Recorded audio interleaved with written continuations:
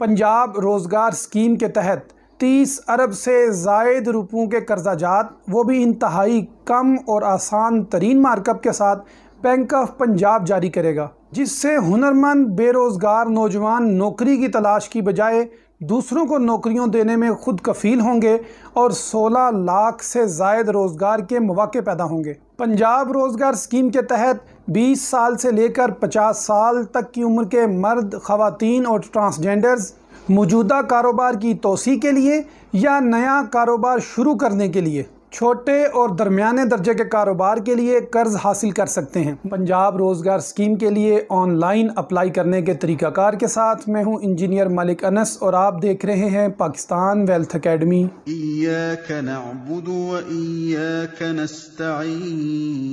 अस्सलाम वालेकुम नाजरीन, ऑनलाइन दरख्वास्त देने के लिए नीचे डिस्क्रिप्शन में मौजूद लिंक पर क्लिक करें। जैसे ही आप लिंक पर क्लिक करेंगे आपके सामने ये वेबसाइट खुल जाएगी। इस वेबसाइट में सबसे पहले आपको लॉगिन बताया गया है, आप इसकी तफसीलात भी यहाँ पर देख सकते हैं, कौन कौन अप्लाई कर सकता है, क्या शराइत हैं और बैंक का मार्कअप क्या होगा।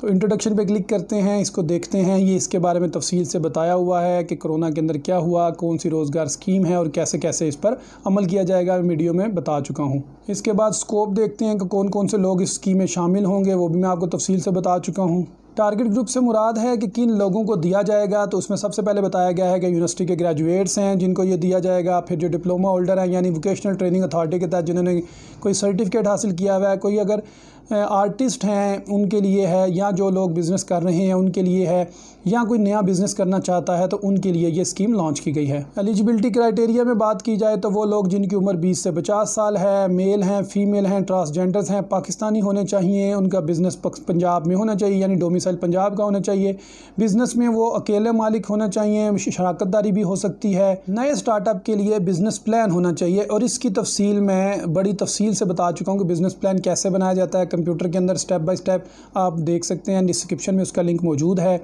और अगर कोई पहले से बिज़नेस मौजूद है तो वो बताएगा कि कैसे उसका जो कोरोना में बिज़नेस इफ़ेक्ट हुआ था वो कैसे वापस अपने आप को बहाल कर सकता है। उसके बाद आपको शनाख्ती कार्ड की कॉपी चाहिए और पीसिक के अगर कोई और पैरामीटर हैं तो वो भी आपको फुलफ़िल करना होंगे।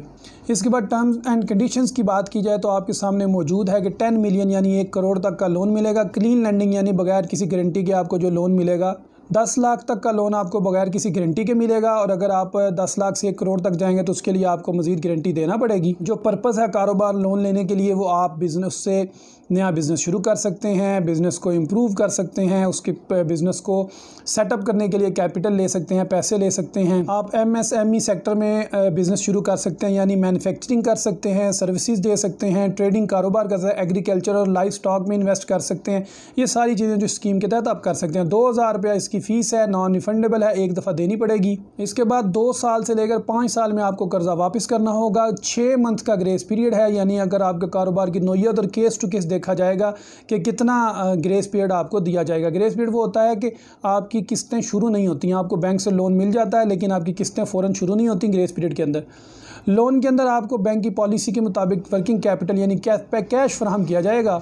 डेथ एक्विटी यानी बिज़नेस शुरू करने के लिए जो मर्द हजरात हैं 80% बैंक से लेंगे, 20% अपनी तरफ से देंगे।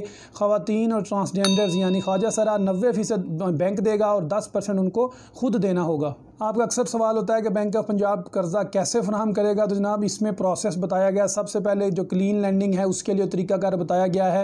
अगर आप क्लीन लोन लेंगे यानी 5 लाख तक का लोन लेंगे तो उसके लिए पर्सनल गारंटी होगी, आपको किसी अल्लाह बंदे की ज़मानत देने की ज़रूरत नहीं है, लेकिन आप अपनी स्टेटमेंट ज़रूर बैंक की बताएंगे कि मेरे बैंक के ये इतनी आमदन आती रही है और इतने खर्चात होते रहे हैं। तो बेसिकली आपको पर्सनल गारंटी देनी होगी, किसी और बंदे की गारंटी की ज़रूरत नहीं है अगर आप 5 लाख तक लेते हैं। लेकिन अगर आप 5 लाख 1 रुपये से लेकर 10 लाख तक जाते हैं उस सूरत में आपको कम से कम एक बंदे की थर्ड पार्टी गारंटी देनी होगी जो आपके ये 10 लाख तक का लोन के ऊपर भार उठाएगा। अगर आप किस्त जमा नहीं करवाते तो उससे पूछा जाएगा, यानी 5 लाख तक ज़ाती गारंटी है। कामयाब जवान में ये स्कीम स्कीम 10 लाख तक की ये लिमिट थी।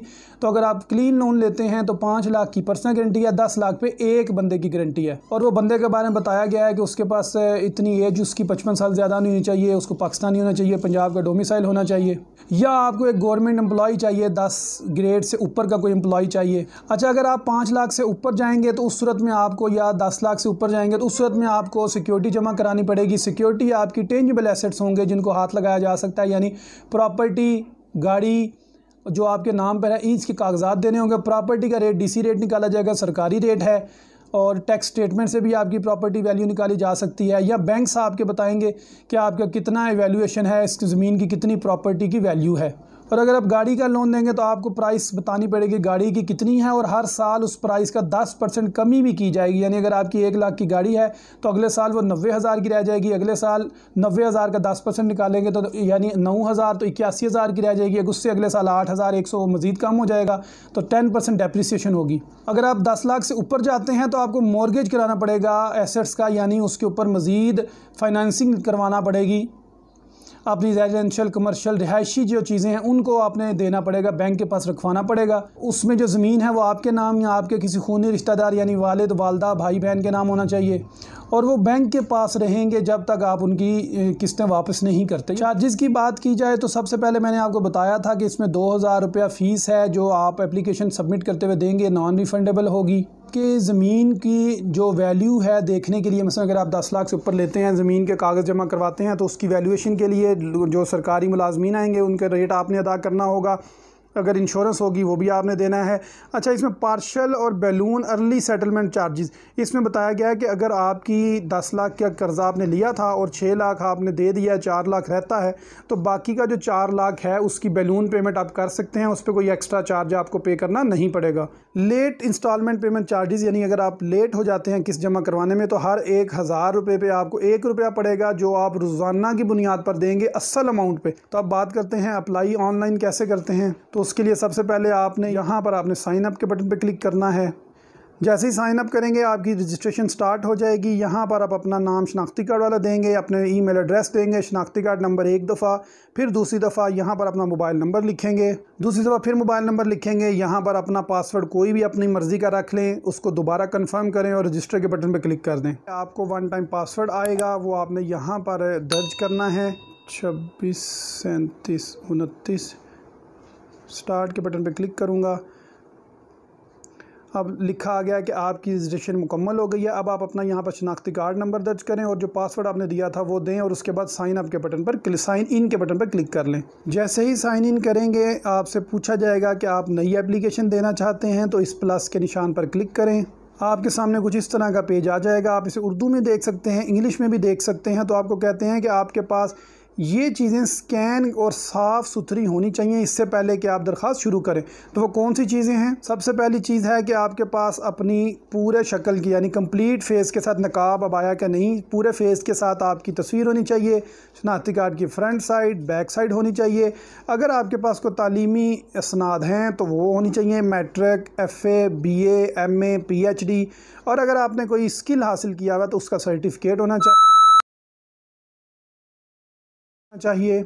अगर आपने कहीं पर मुलाजमत की है तो उसका एक्सपीरियंस सर्टिफिकेट। अगर आपकी किसी बॉडी के साथ रजिस्ट्रेशन है, जिस तरह इंजीनियर्स की पाकिस्तान इंजीनियर कौंसिल से होती है, डॉक्टर्स की PMDC से होती है, इस तरह अगर आपकी कोई एफिलिएशन है तो वो दर्ज करेंगे। और आपने अगर 5 लाख से ज़्यादा का लोन लेना है तो पर्सनल गारंटी किसकी होगी, उसका नाम, शनाख्ती कार्ड नंबर। और अगर 10 लाख से ज़्यादा लेना है तो जो हाउस है, मोर्गेज है, गाड़ी है, उसके कागजात आपके पास होने चाहिए। आपके पास नेशनल टैक्सेशन नंबर होना चाहिए। ये नॉन मैंडेटरी है, NTN नंबर लाजमी नहीं है, लेकिन अगर आप करना चाहें तो ये IRS के ऊपर क्लिक कर सकते हैं। मैंने उसके ऊपर भी एक तफसीलन वीडियो बनाई है, आप उसको भी देख सकते हैं कि कैसे आप अपनी रिटर्न्स किसी वकील के बगैर खुद फाइल कर सकते हैं। इसके बाद दरख्वास्त गुजार ने अपने बिजली का बिल मौजूदा पते के साथ वो उसकी कॉपी लेनी है। अगर दफ्तर का कोई बिल आता है तो उसकी कॉपी लेनी है। अगर उसके नाम कोई गाड़ी है तो उसकी रजिस्ट्रेशन का सर्टिफिकेट। और आपने बताना है कि आपकी माहाना इनकम कितनी है, तो वो सैलरीड पर्सन की सैलरी स्टेटमेंट से पता चलेगा वो कितनी सैलरी विड्रॉ कराते हैं। और उसके बाद अगर कोई कारोबारी है तो वो जितनी इनकम टैक्स रिटर्न्स फाइल करता है उससे पता चल जाएगा। नाम, शनाख्ती कार्ड नंबर, मोबाइल नंबर और 2 रेफरेंस ब्लड रिलेटिव के अलावा, यानी दोस्त अहबाब में से कोई जो आपको जानते हों और आपको बता सकें कि ये बंदा फ़िज़िकली मौजूद है। इसके बाद बताते हैं कि कम से कम 15 मिनट लगेंगे इस दरख्वास्त को, तो आप देख लें कि आपके पास ये सारे डॉक्यूमेंट्स हैं। इसमें बताते हैं कि आप एक ही दफ़ा से सारा फॉर्म भी आप मुकम्मल कर सकते हैं और बारी बारी भी कर सकते हैं। डॉक्यूमेंट सबमिट करते जाएं, सेव करते जाएं और फिर एक नया डॉक्यूमेंट ले लें, उसको सेव कर लें। यानी आप बारी बारी भी एप्लीकेशन इसमें कंप्लीट कर सकते हैं। लेकिन कहते हैं कि अगर आपने एप्लीकेशन एक दफ़ा सबमिट कर दी सारे डॉक्यूमेंट्स, तो उसके बाद आप चेंज नहीं कर पाएंगे। इसके बाद है कि आप अपनी ज़्यादा से ज़्यादा इन्फॉर्मेशन अपलोड करें, यानी बैंक स्टेटमेंट दें, बिज़नेस का प्लान दें, फिजिबिलिटी दें, 6 महीने की स्टेटमेंट दें। ये इसलिए मांगी जा रही है कि आपकी दरख्वास्त के ऊपर बेहतर तरीके से फैसला किया जा सके, क्योंकि 2 से 3 दिन के अंदर बैंक ऑफ पंजाब ने फैसला करना है। जब आप फॉर्म फिल कर लेंगे तो आपको ARN नंबर यानी एप्लीकेशन रजिस्ट्रेशन नंबर मिल जाएगा, जिसको आपने सेव कर लेना है और उसी पर आपको वही सेम नंबर आपको SMS में भी मिल जाएगा। इसके बाद आपने किसी भी नियरेस्ट बैंक ऑफ पंजाब में जाना है, वहाँ पर 2000 रुपया फ़ीस देनी है और आपकी एप्लीकेशन प्रोसेस होना स्टार्ट हो जाएगी। जैसे जैसे आपकी एप्लीकेशन मूव होती जाएगी आपको हर स्टेज पे मैसेज आता जाएगा। आप इस वेबसाइट पे मज़ीद तफसील भी चेक कर सकते हैं। इसका लिंक भी मैंने डिस्क्रिप्शन में दिया हुआ है कि आपकी एप्लीकेशन किस फेज़ में पहुँच चुकी है। यहाँ पर कहते हैं कि अगर आप पहली दफ़ा कर्ज़ा ले रहे हैं या पहली दफ़ा दरख्वास्त दे रहे हैं तो देखना होगा कि आपकी पहले कभी दरख्वास्त रिजेक्ट तो नहीं हुई, या अगर आपने कर्ज़ा लिया है वो वापस किया है कि नहीं। इसके बाद अगर आप इन बातों से इत्तफाक करते हैं तो इस दायरे इस बॉक्स के अंदर क्लिक कर दें और एप्लीकेशन का प्रोसेस स्टार्ट कर दें। तो सबसे पहले बेसिक एलिजिबिलिटी, क्या आप सरकारी मुलाजम हैं, तो मैं यहाँ पर नो करूँगा, क्योंकि अगर यस करूँगा तो मैं अहल नहीं हूँ। यहाँ पर मैं नो करूँगा। बैंक ऑफ पंजाब सेलेक्ट करूँगा, मैं मुलाजम नहीं हूँ, मैं पाकिस्तानी शहरी हूँ, पाकिस्तान का डोमिसाइल है और कंटिन्यू के बटन पर क्लिक कर दूँगा। जैसे ही आप कंटिन्यू के बटन पर क्लिक करेंगे अब आपके पास आ जाएगा कि आप कर्ज़ा किस लिए ले रहे हैं। पंजाब रोज़गार का कर्ज़ा ले रहे हैं या ग्रीन डेवलपमेंट कर्ज़ा ले रहे हैं, तो रोज़गार स्कीम पे क्लिक करूँगा। इसमें बताया जा रहा है कि आप छोटे दरमियाने दर्जे यानी पैदावार, तिजारत, खिदमात, ज़राअत और मवेशी शुरू किए इन जैसे काम शुरू किए जा सकते हैं। और दूसरे ग्रीन डेवलपमेंट में आपको बताया जाएगा कि ऐसी टेक्नोलॉजी जिससे नई आप माहौलियाती मेयार को बेहतर बनाने में काम कर उसको आप ला सकते हैं। तो मैं रोज़गार स्कीम पे करता हूँ। ग्रीन डेवलपमेंट में बेसिकली हाइजेनिक एक्टिविटीज़ आ जाती हैं, प्लांटेशन आ जाती है। कंटिन्यू के बटन पर क्लिक करूँगा तो एक एप्लीकेशन फॉर्म आ जाएगा जिसमें मेरी पर्सनल इन्फॉर्मेशन पूछी गई है। इसके बाद बिज़नेस की इन्फॉर्मेशन पूछी जाएगी, मेरे बैलेंस स्टेटमेंट बताई जाएगी, रेफरेंस का नंबर दूंगा, रिव्यू होगी और सबमिट हो जाएगी और मेरी एप्लीकेशन मुकम्मल हो जाएगी। यहाँ पर पहले ऑप्शन आएगा शनाख्ती कार्ड का, फिर आएगा मोबाइल नंबर।